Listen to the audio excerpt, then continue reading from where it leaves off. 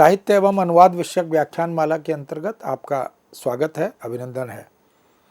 हम एक महत्वपूर्ण विषय और अनुशासन पर चर्चा परिचर्चा कर रहे हैं, वह है अनुवाद। अनुवाद अपने आप में एक स्वतंत्र विधा, एक अनुशासन बन गया है।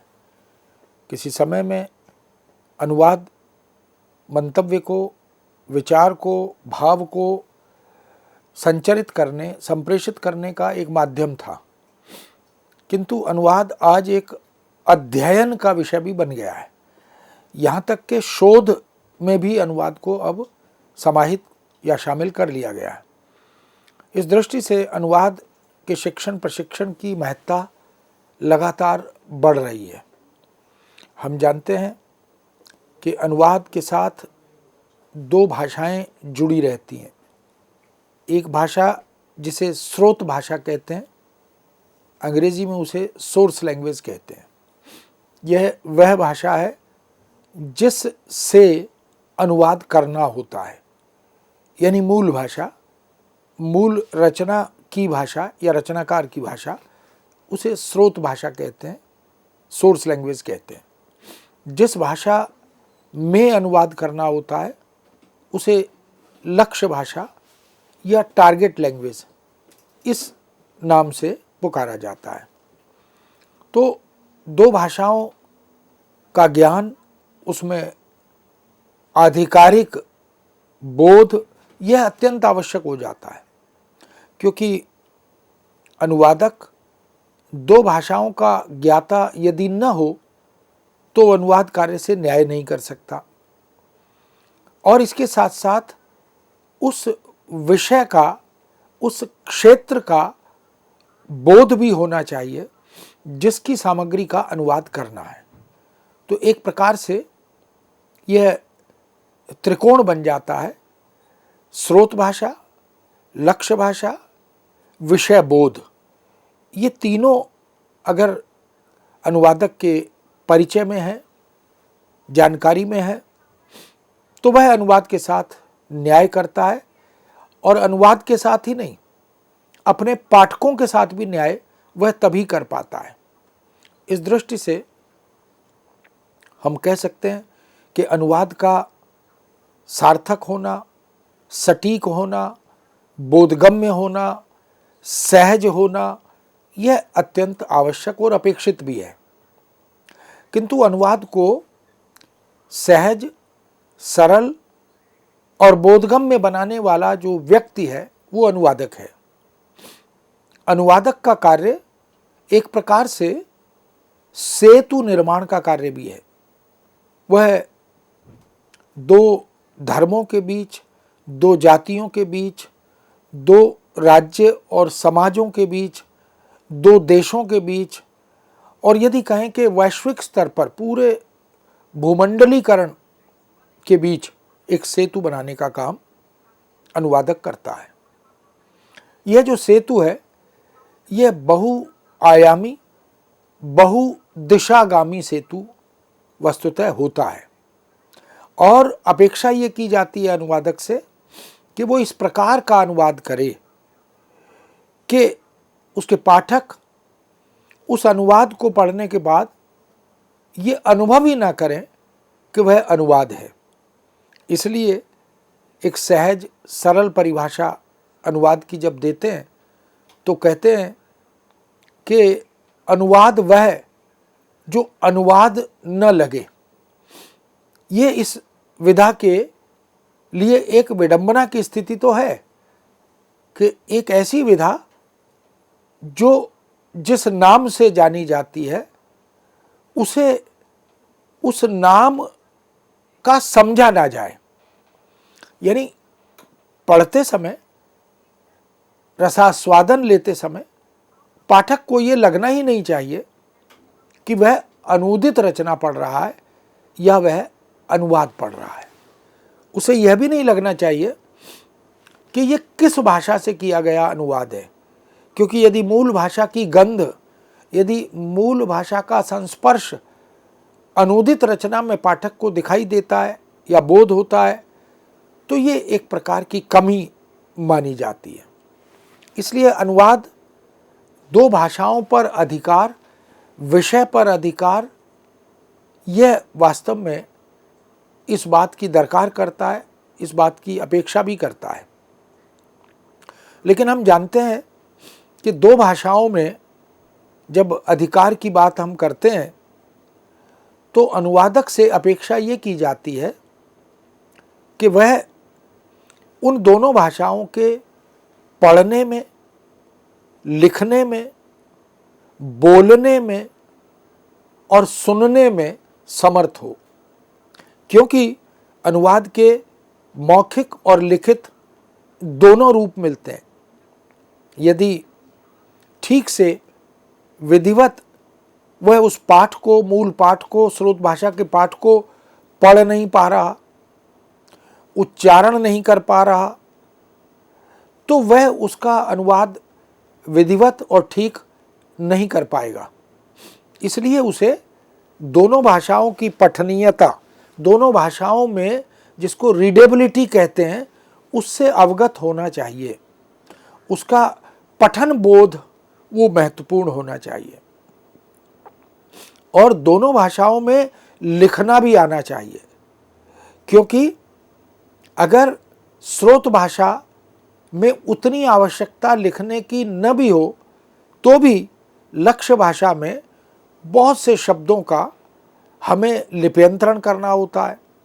वह लिप्यंतरण तभी कर सकता है जब उसके शुद्ध और मानक उच्चारण से वो अवगत हो और फिर उसको लिपि के अंतरण के समय उसकी सही सही वर्तनी का बोध भी हो।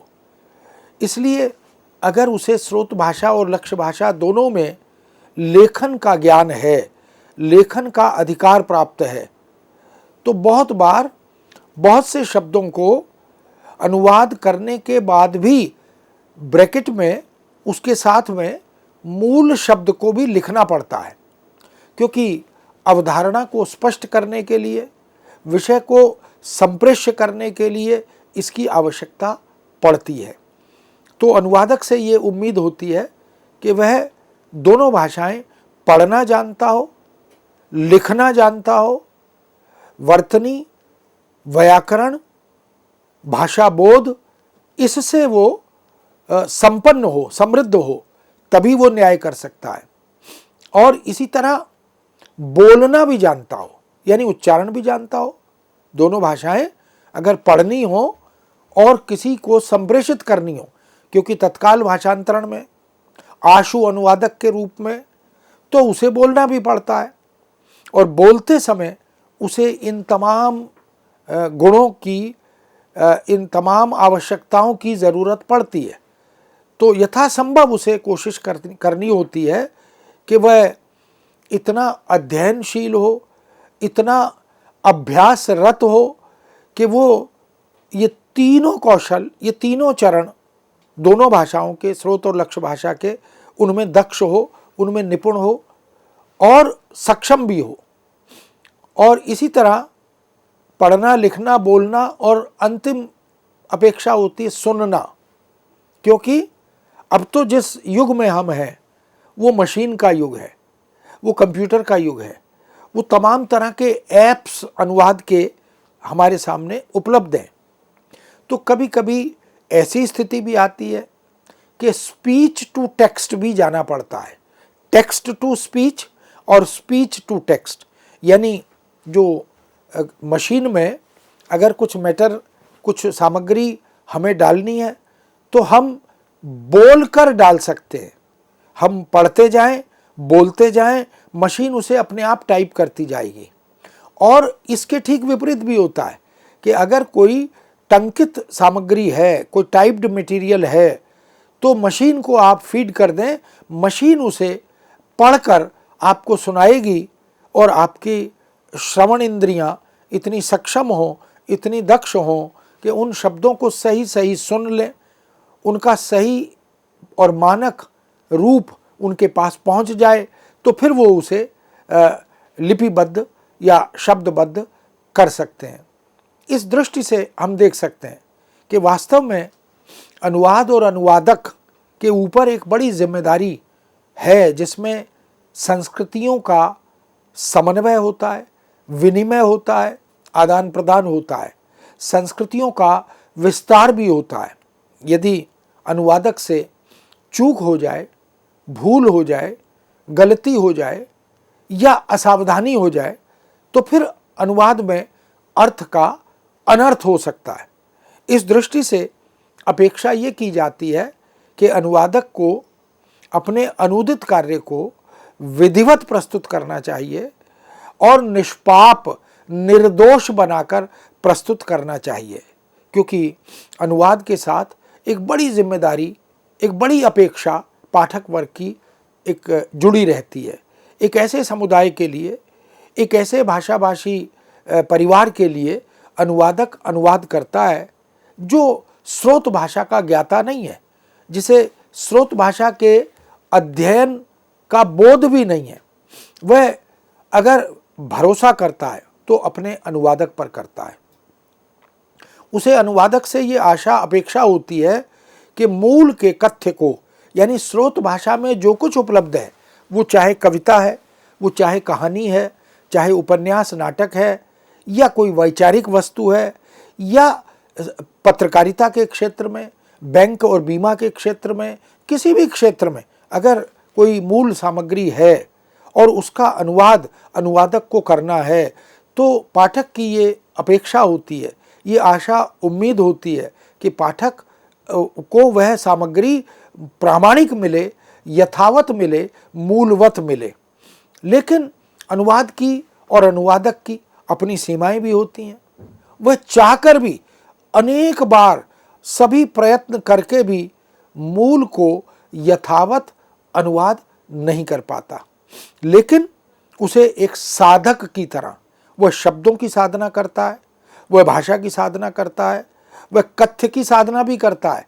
उसके प्रति उसके मनोमस्तिष्क में एक मान का, सम्मान का भाव भी होना चाहिए, तभी वह उसका विधिवत और समुचित अनुवाद कर सकता है। तो अनुवादक से ये अपेक्षा, ये आशा तो की ही जाती है कि वह वस्तु को, विषय को, भाषा को, परिवेश को, परिस्थितियों को, युग बोध को समझ ले, उसका अध्ययन कर ले, उसे आत्मसात कर ले और फिर वह अंतरण करे लक्ष्य भाषा में अपने पाठक की अपेक्षाओं की पूर्ति के लिए, फिर वह अपनी साधना के प्रतिफल को संचरित करे। इस दृष्टि से मित्रों, अनुवाद है तो एक चुनौती भरा, एक साधना सापेक्ष अनुशासन, किंतु अनेक अनुवाद हमारे देश में, विश्व में ऐसे हुए हैं जिन्होंने मूल के कथ्य की रक्षा की है, उसे यथासंभव अक्षुण्ण बनाए रखने का प्रयत्न भी किया है। तमाम सीमाओं के, तमाम चुनौतियों के बाद वो सीमाएं और चुनौतियां शब्दों के अंतरण की, मुहावरे लोकोक्तियों के अंतरण की, भाषा विन्यास के अंतरण की, व्याकरण की, ये सब चुनौतियां और सीमाएं रहती हैं। लेकिन अनुवादक इन सब का सामना करते हुए इनके भीतर से ही, इनके बीच से ही एक राह निकालता है और वह अपने पाठक को something is better than nothing, न होने से कुछ होना कहीं बेहतर है, इस तर्ज पर, इस लक्ष्य पर वो काम करता है। इसलिए मित्रों, अनुवाद निष्पाप और निर्दोष होना चाहिए। इसके लिए ये आवश्यक है कि अनुवादक गंभीरता से अपने दायित्व का निर्वाह करे। फिर भी कभी कभी अवांछित रूप से, अनजाने में अनुवाद करते हुए कुछ त्रुटियां, कुछ गलतियां रह जाती हैं, कुछ लापरवाही हो जाती है। कोई अनुवादक नहीं चाहता कि वह अनुवाद गलत करे, वह अनुवाद अशुद्ध करे या उसके अनुवाद में कहीं कोई दोष प्रतिबिंबित हो। लेकिन समयाभाव के कारण, अज्ञानता के कारण, लापरवाही के कारण और सबसे बड़ी बात अनाभ्यास के कारण, बिना अभ्यास के अनुवाद अच्छा नहीं हो पाता। और जितना अनुवादक अभ्यास करता है, जितनी बार वो अनुवाद के इस रचना प्रक्रिया से गुजरता है, जितनी बार वो इसे दोहराता है, उतनी बार उसके अनुवाद में निखार आता चला जाता है, प्रामाणिकता आती चली जाती है, वह उसे और बेहतर बनाता चला जाता है। इस दृष्टि से हम कह सकते हैं कि अनुवादक को चाहिए तो यह कि वह प्रचुर मात्रा में अभ्यास करे। हमारे यहाँ तो कहा ही जाता है, करत करत अभ्यास के जड़ मति होत सुजान, रसरी आवत जात ते सिल पर परत निशान। भाषा में और अनुवाद में अभ्यास अत्यंत आवश्यक है। यूँ तो जीवन के अन्य अनेक अनुशासनों में भी अभ्यास की आवश्यकता होती है, क्योंकि अंग्रेजी में भी कहते हैं practice make a man perfect. ये जो परफेक्शन है, ये जो कॉम्पिटेंसी है, ये जो दक्षता है, ये वास्तव में अभ्यास जन्य होती है। और अभ्यास करने का एक लाभ ये होता है कि हम अपनी गलती को, अपनी त्रुटि को देख सकते हैं, समझ सकते हैं, दोहराते हुए उसे ठीक भी कर सकते हैं। इस दृष्टि से अनुवादक को अभ्यास के प्रति गंभीर होना चाहिए, क्योंकि यदि अनुवाद करते हुए वो अभ्यास आदृत अनुवाद करेगा तो निश्चित रूप से उसका अनुवाद तुलना में बेहतर होगा, ग्राह्य होगा, बोधगम्य होगा, सहज भी होगा। लेकिन कभी कभी समय का अभाव और अत्यधिक कार्य का दबाव, समय की सीमा और अत्यधिक कार्य का दबाव, इनसे अनजाने में अवांछित रूप से अनुवादक से गलती या त्रुटि हो भी जाती है। एक और भी कारण दिखाई देता है, अनुवादक जब तक अनुवाद कार्य को अपनी जिम्मेदारी, अपना दायित्व नहीं मानता, तब तक वह इसे निर्दोष या निष्पाप नहीं बना पाता। क्यों? क्योंकि उसे लगता है कि ये अनुवाद कार्य वस्तुतः मेरा मौलिक कार्य तो नहीं है, यह तो रचना किसी और की है, सामग्री या कथ्य या विचार किसी और का है, और मुझे इसमें जितनी मेहनत करनी चाहिए उतनी मैं करूँगा। लेकिन वह यह भूल जाता है कि उससे उसके पाठक की, उसके अनुशासन की एक जिम्मेदारी जुड़ी है। यदि पाठक उससे उपकृत ना हो, लाभान्वित ना हो, अर्थ को ग्रहण न करे, व्यवस्था जिस कार्यालय के लिए, जिस समाज के लिए वह कार्य कर रहा है, वह अगर संतुष्ट नहीं है, तो यह अनुवादक की और अनुवाद की विफलता मानी जाती है। इसलिए मित्रों, इस बात को विशेष रूप से ध्यान रखना है। जिस विषय पर आज हम चर्चा कर रहे हैं वो है अनुवाद पुनरीक्षण। और पुनरीक्षण की आवश्यकता अपेक्षित तो यह है कि न पड़े, क्योंकि पुनरीक्षण सामान्यतः जब हम स्वयं करते हैं तो बहुत बेहतर ढंग से नहीं कर पाते हैं। हमें अपनी गलती, अपनी त्रुटि, इसका बोध नहीं हो पाता। हालांकि हमें ये बार बार दोहराया जाता है, समझाया जाता है, कहा भी जाता है कि जिस किसी भी कार्य को करें, अगर हम परीक्षा दे रहे हैं और परीक्षा देने के बाद उत्तर पुस्तिका को हमें 5-7 मिनट अतिरिक्त निकाल कर या बचाकर उस उत्तर पुस्तिका का दोहराव करना चाहिए, उसे पुनर्पठन करना चाहिए, क्योंकि जो उत्तर हमने लिखे हैं वो एक स्ट्रेस में, एक दबाव में लिखे हैं, समय के अभाव में लिखे हैं, और उसमें कभी कभी गलती या त्रुटि अवांछित रूप से छूट जाती है, कभी कभी क्रम बदल जाता है, कभी कभी तथ्य छूट जाते हैं, तिथि गलत हो जाती है। तो अगर हम फिर से दोहराते हैं, फिर से पढ़ते हैं, है ना, पुनर्पठन करते हैं, तो निश्चित रूप से उस गलती का निवारण हम कर लेते हैं, कर पाते हैं। और ये शिक्षा हमें बाल्यकाल से दी जाती है, घर में, परिकर में, मित्रों में, परिवार में, समाज में, शिक्षक समुदाय में। यही बात हम विद्यार्थियों को या भाषा के प्रयोक्ता को या अनुवादकों को बार बार कहते भी हैं कि आप यथासंभव कोशिश कीजिए कि एक आदर्श अनुवादक की तरह धैर्यवान बनकर और विषयनिष्ठ बनकर, भाषाविद बनकर आप अपने विषय को प्रस्तुत कीजिए। क्योंकि यदि ये एक प्रकार का सर्विस प्रोवाइडर डिसिप्लिन है, अगर आप अपनी सर्विसेज, आप अपनी सेवाएं अपने पाठकों को एक अनुवादक के रूप में ठीक से नहीं दे पा रहे, तो ये आपके व्यक्तित्व पर एक प्रश्न चिन्ह लगाता है। आपकी जो स्थिति है, आपका जो क्रेडिट है, आपका जो यश है, उस पर ये प्रश्न चिन्ह लगा देता है। तो यह भी कोशिश करनी है अनुवादक को कि यथासंभव ऐसा अनुवाद करें कि किसी अन्य को पुनरीक्षण न करना पड़े। लेकिन पुनरीक्षण भी एक अनुशासन है अनुवाद का, क्योंकि हम ये मानकर चलते हैं कि अनुवादक कभी भी होशो हवास में जानबूझकर कोई गलती, कोई त्रुटि नहीं करता।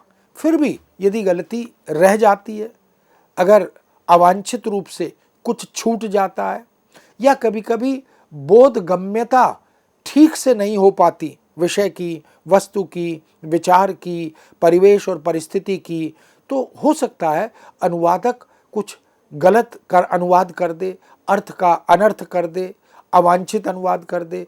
तब हम पुनरीक्षण की ओर बढ़ते हैं और सामान्यतः कोशिश तो यही की जाती है कि पुनरीक्षक के भी अपने गुण हैं, उसकी भी अपनी विशेषताएं हैं। जैसे अनुवादक के अपने गुण होते हैं, जैसे अनुवादक की अपनी विशेषताएं होती हैं, ऐसे ही पुनरीक्षक जो अनुवाद के बाद के दायित्व का निर्वाह करता है, यानी पुनरीक्षक की जिम्मेदारी अनुवादक से बड़ी हो जाती है। अनुवादक से तो गलती या त्रुटि यदि हो गई है तो उसका शोधन, उसका निवारण, यह पुनरीक्षक की जिम्मेदारी बन जाता है।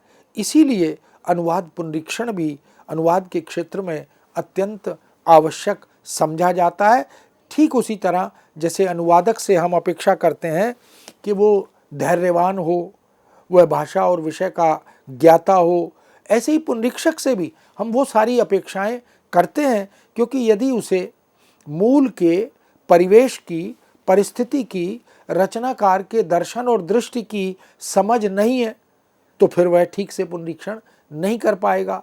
पुनरीक्षण कोई रिचुअल या रस्म अदायगी नहीं है, वो और अधिक बड़ी गंभीर जिम्मेदारी है। इसलिए पुनरीक्षक को ये समझा जाता है कि वह अनुवादक का पूरक है, और वह जब दोष दर्शन करता है, वह जो त्रुटियों का निवारण करने का प्रयत्न करता है, कमियां निकालने की कोशिश करता है, तो वह अनुवाद में जो कमियां हो उन्हें देखने का, उनका निवारण करने का प्रयत्न करता है। वह कोई अनुवादक के दोष, यानी व्यक्तिनिष्ठ होकर दोष दर्शन वो नहीं करता। तो इन बिंदुओं को ध्यान में रखकर हमें अनुवाद पुनरीक्षण की उपादेयता पर, अनुवाद पुनरीक्षण के प्रयोजन पर, उसकी आवश्यकता और महत्ता पर विचार करना होता है। मित्रों, इस विषय को यहीं विराम देते हैं, पुनः आपके समक्ष उपस्थित होंगे। आज्ञा दीजिए। नमस्कार।